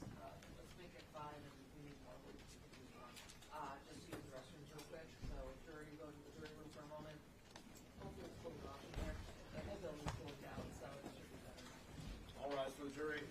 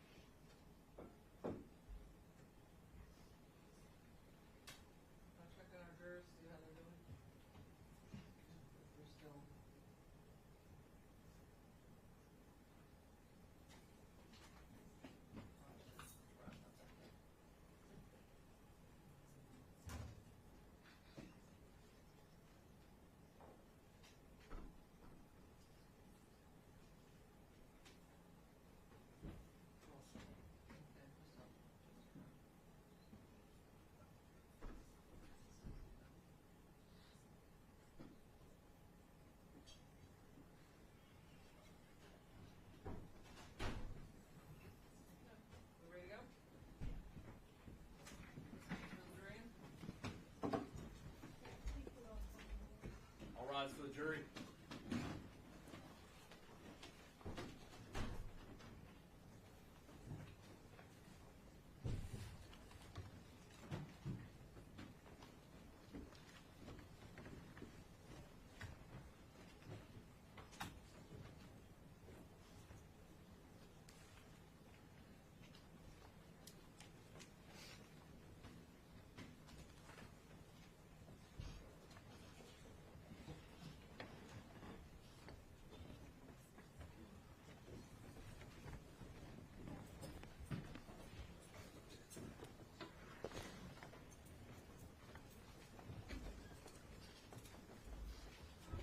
You may be seated. On the record, in People versus Michael Jackson-Bolanos, and open the record, all parties are present, including Mr. Jackson-Bolanos. There are 15 jurors who returned to the courtroom. We're ready to continue with the next witness. Thank you, Your Honor. The people call forensic scientist Miranda Kamza.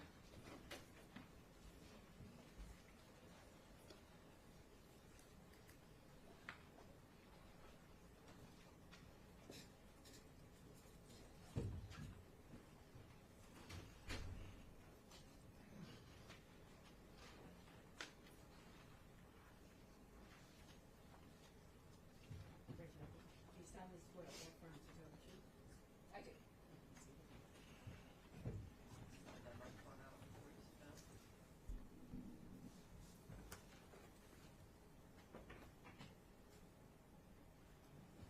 And pull the microphone back in. Please state your name and spell for the record. My name is Miranda Kamsa, Mirandacomsa. You may proceed. Thank you, Your Honor. Ma'am, could you please tell the jury what you do for a living? Sure, I'm a forensic scientist with the Michigan State Police, currently at the Metro Detroit Forensic Laboratory. And do you have a specific area or field of focus in your work as a forensic scientist? Yes, I work in the biology unit doing body fluid identification testing. And how long have you been doing body fluid identification testing? A little over 9 years. And what sort of training or experience do you have in that specific field? I have a bachelor's degree in biology from Oakland University, and then once I was employed as a forensic scientist in the biology unit, I went through a training program, which lasted approximately 6 months, and during that training program, I learned how to handle evidence, collect swabs from evidence, and the various tests that we use to test for various body fluids. And have you ever testified as an expert previously in the field of body fluid identification? Yes, I have. And how many times would you say you testified as an expert in that field? Over 40 times.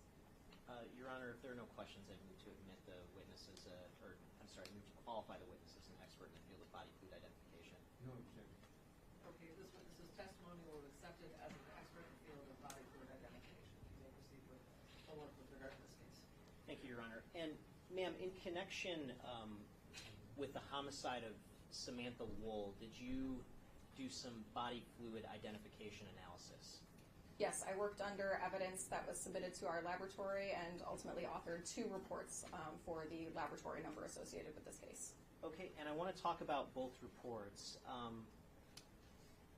I'm holding what's been marked as People's Proposed Exhibit 35. May I approach? 11 first.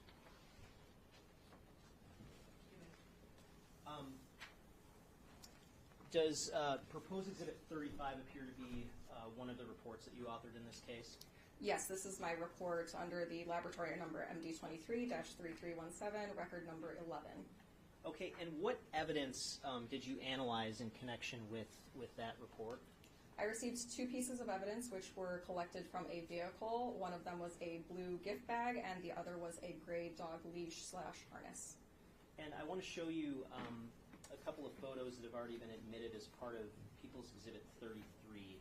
And looking at page 122 of Exhibit 33, does this item look familiar to you? This is not an image I took, but it does look consistent with the blue gift bag that I received. Okay, and looking at page 136 of Exhibit 33, how about this item? Again, this is not a photograph that I took, but it does appear consistent with the item that I received. Okay, and what you're holding that's been marked as proposed exhibit 35, does that document your findings with respect to body fluid identification analysis of these two specific items? Yes, it is. And does that report that's marked as proposed exhibit 35 fairly and accurately depict your findings in connection with the work that you did? Yes, it does. Your Honor, I move to admit proposed exhibit 35. No objection. 35 will be admitted. And may I publish? You may.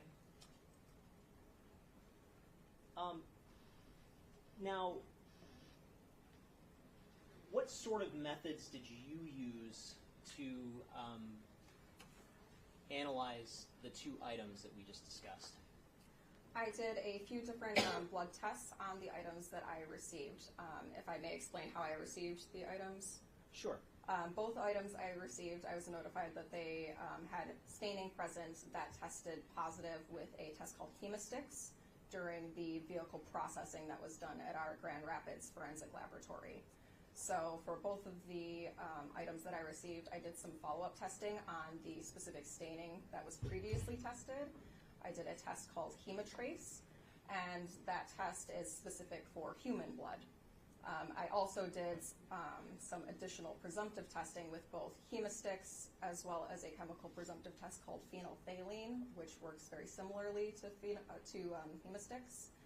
So I did all three of those tests on these items. Okay, and starting with the blue gift bag, when you used Hemotrace to determine whether there was human blood, what was the finding? I tested one of the red-brown stains that was indicated as the one that had been previously tested as Hemostix positive.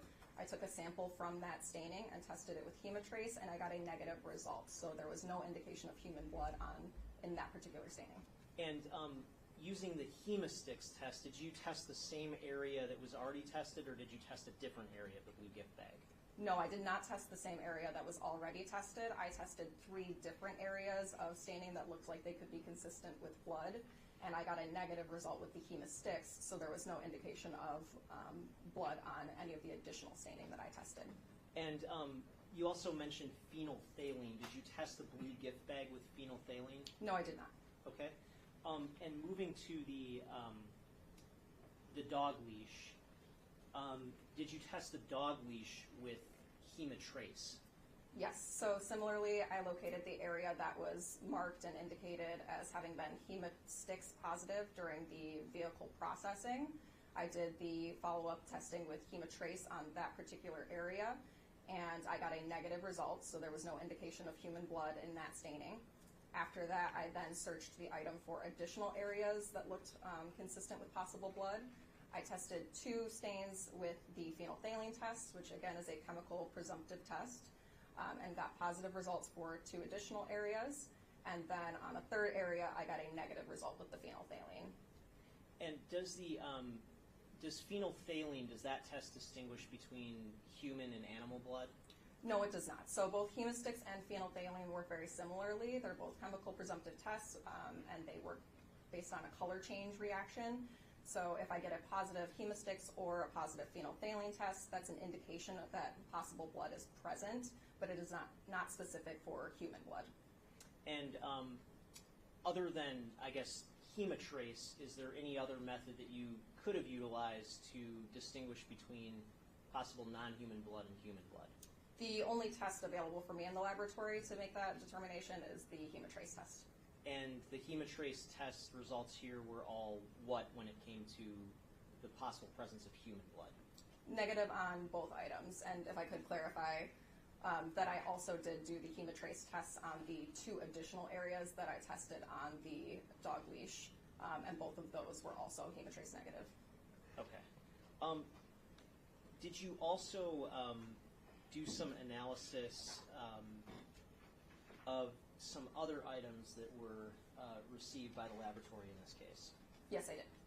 And when it came to those other items, did you create a separate report? Yes, I did. And I'm holding what's been marked as proposed exhibit 34. May I approach, Your Honor?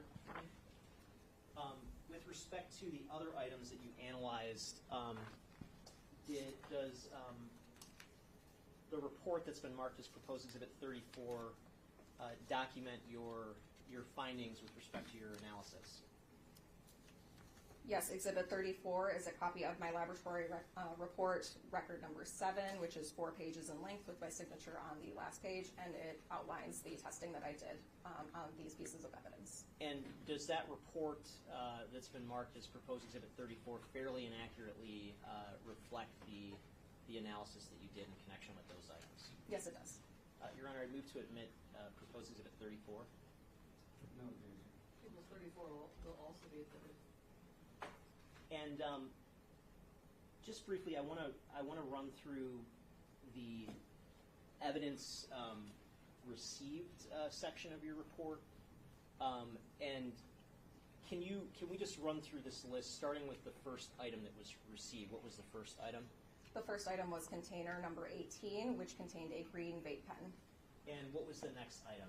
The next item, container number 19, contains 2 sets of swabs, which I itemized as 19A and 19B. 19A were the right-hand swabs from Samantha Woll, and 19B were the left-hand swabs from Samantha Woll. And what was the next item received? Container number 20, which I did not open, but was identified as containing a LaCroix can, or I'm sorry, swabs from a LaCroix can. And what was the next item? The next item is container number 21, which contained swabs from an upstairs drawer handle. And how about the next item? The next item, container number 22, again, I did not open, but was reportedly containing swabs of another LaCroix can. And the next item after that? Container number 23, which was, again, I did not open, but was identified as containing swabs from an interior passenger door of a Chevy. And the next item? Container number 29, which contained item number 29, which was a folding knife. And the next item? Container number 33, which contained a black lanyard. And the next item? Container number 34, which contained a pair of black boots. And moving to the next page, what were the remaining items? Container number 35 contained a folding knife with a black handle, and container number 36 contained a folding knife with a blue handle. And in terms of the items that you didn't open, was there any reason why, in connection with your specific type of analysis, you didn't open those items? We had a phone call conversation with the submitting agency to go through the remaining evidence on this case, as there was a lot of pieces of evidence. And at that point, the items that I did open were the pieces of evidence that were prioritized, and we were advised that at the time we did not need to open, or I did not need to open the items, or the containers that weren't opened, the LaCroix cans and the swabs from the interior passenger door. And your analysis here documented on this report, what was the sort of primary objective of your analysis? Most of the items I was searching for possible blood. Okay, and starting with the green vape pen, did you test that item for the presence of possible blood? Yes, I did. And what was the result of that? I tested one of the red-brown stains present on the vape pen with the phenolphthalein test and got a positive result indicating the possible presence of blood. For that item, I swabbed some of the possible blood staining to preserve, but did not send that for DNA testing. With this item, I actually swabbed what looked like the mouthpiece of the vape pen, as well as the button on the vape pen for possible skin cells or saliva that might have been left behind by someone using the item. Those swabs were then sent forward for DNA testing. And how about the hand swabs of the victim? Did you test those items for possible blood? Yes, I did. Both the right hand and the left hand swabs had staining that looked consistent with blood. So I took a small cutting. So I simply took a scalpel and took a small portion of the cotton material stained with the possible blood staining and tested that with phenolphthalein. For both sets of swabs, I received a positive result indicating the possible presence of blood. I then cut the entire remaining material to send for DNA testing. Okay, and how about the upstairs drawer handle swabs? Did you do anything with that particular item? With that item, there was no staining that appeared consistent with blood, so I simply cut all of the cotton portion off of the swabs and placed it into a tube for DNA testing.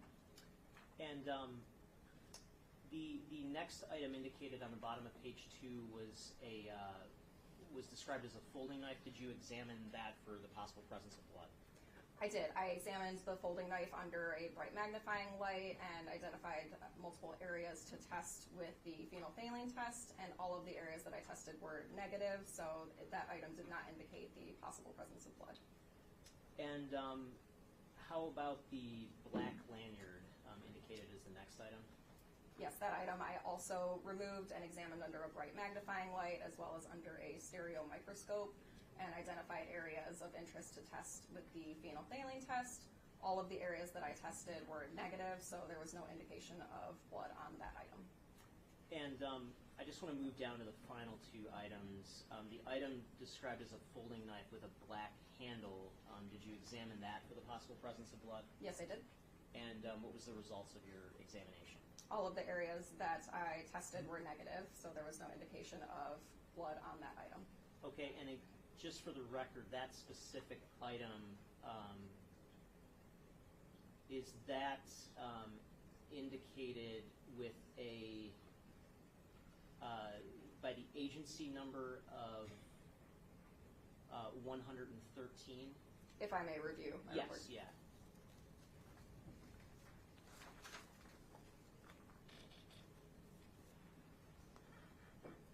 Yes, that one was listed as agency item number 113, and I itemized as our laboratory item number 35.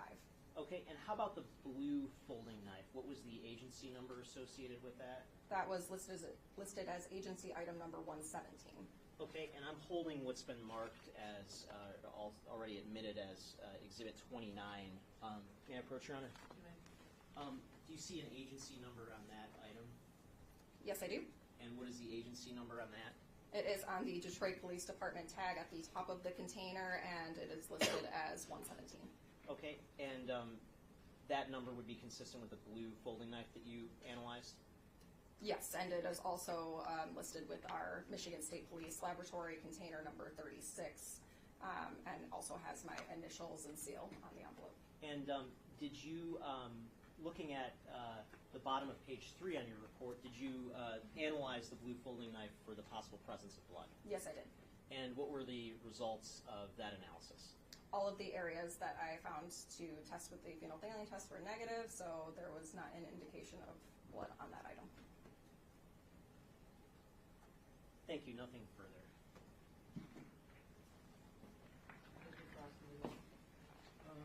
Not too long, maybe 5 minutes.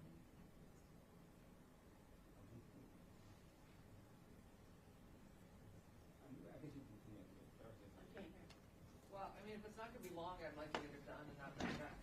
I know she's off Thursday. If it's possible to squeeze in, I don't. But I don't want to hold. No. Good afternoon. Good afternoon. Now, we can look at record number 7, item 36.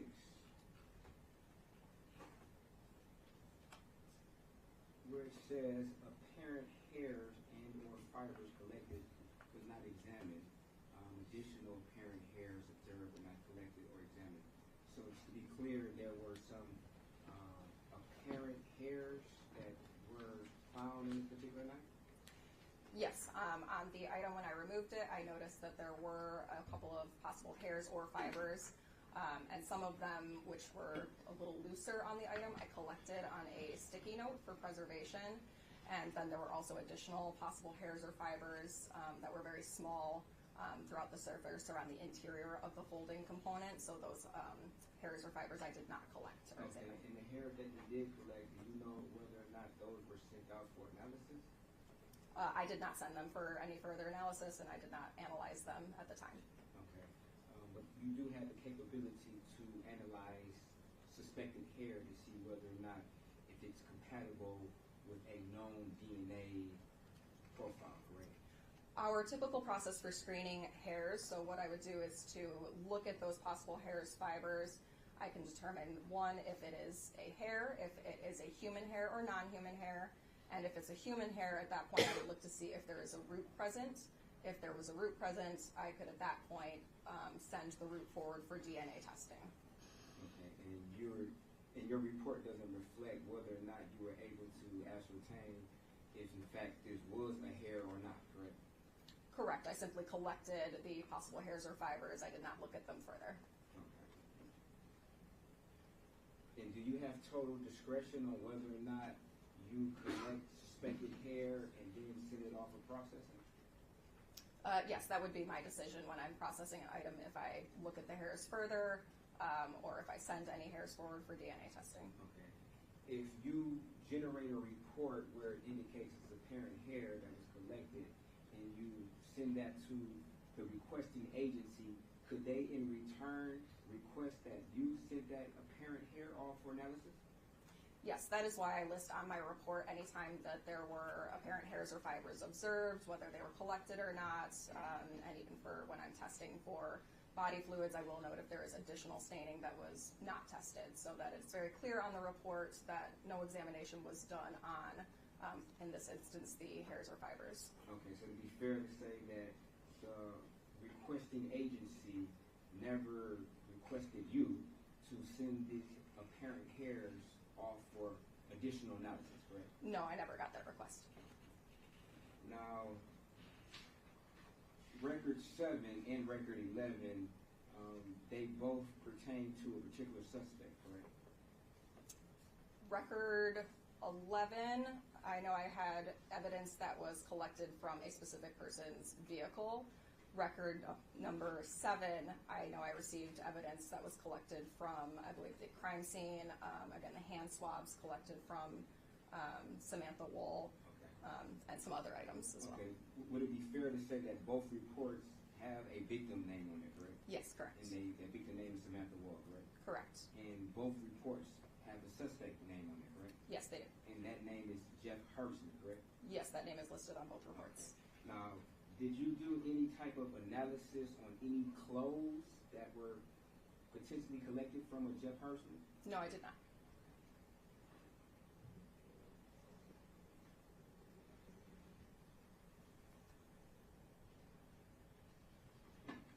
Thank you. No further questions.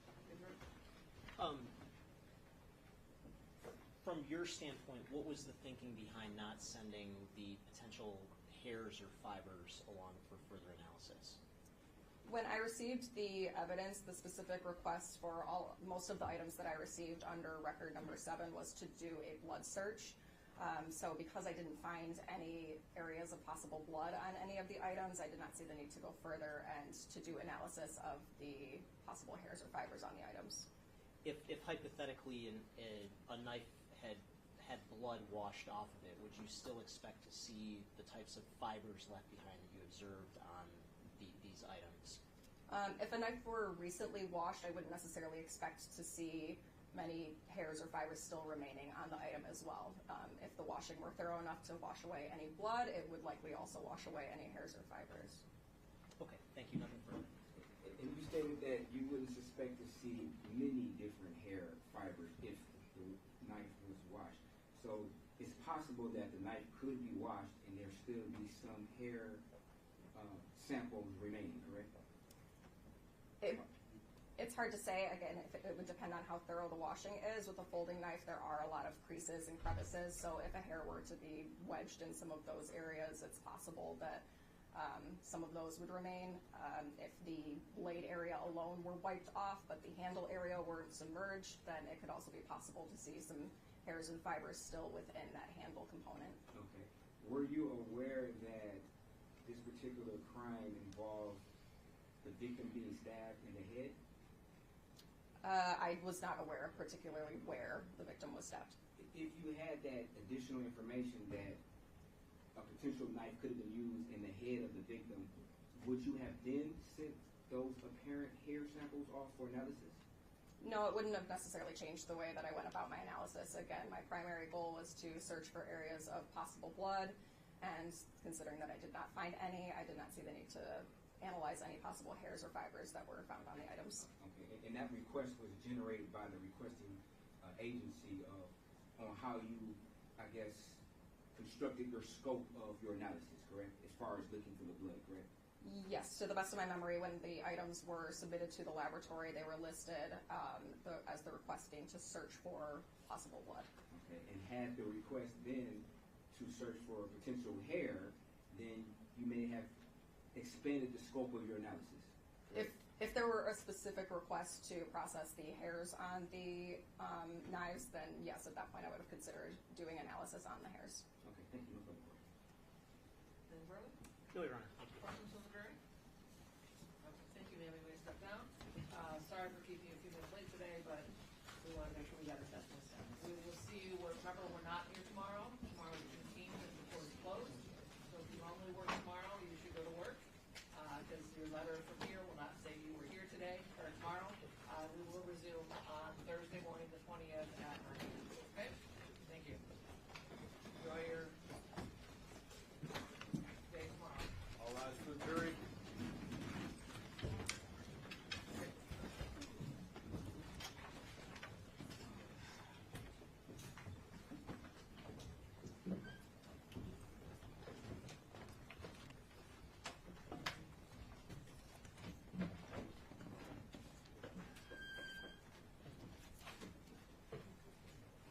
Since we stayed late today, can you back up your stuff?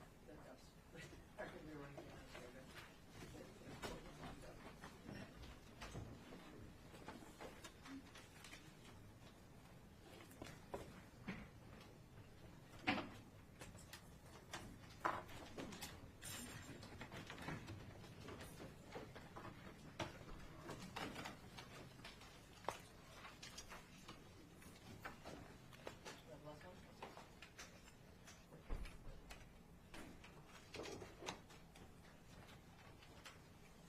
Last one. You may be seated. So this is the Marine Jury. We're done for the day. You can start. Judge, this is meant to be on the record, but there was the talk about a potential Daubert hearing on Friday, and I believe Dr. Dragovic was supposed to be in France or something.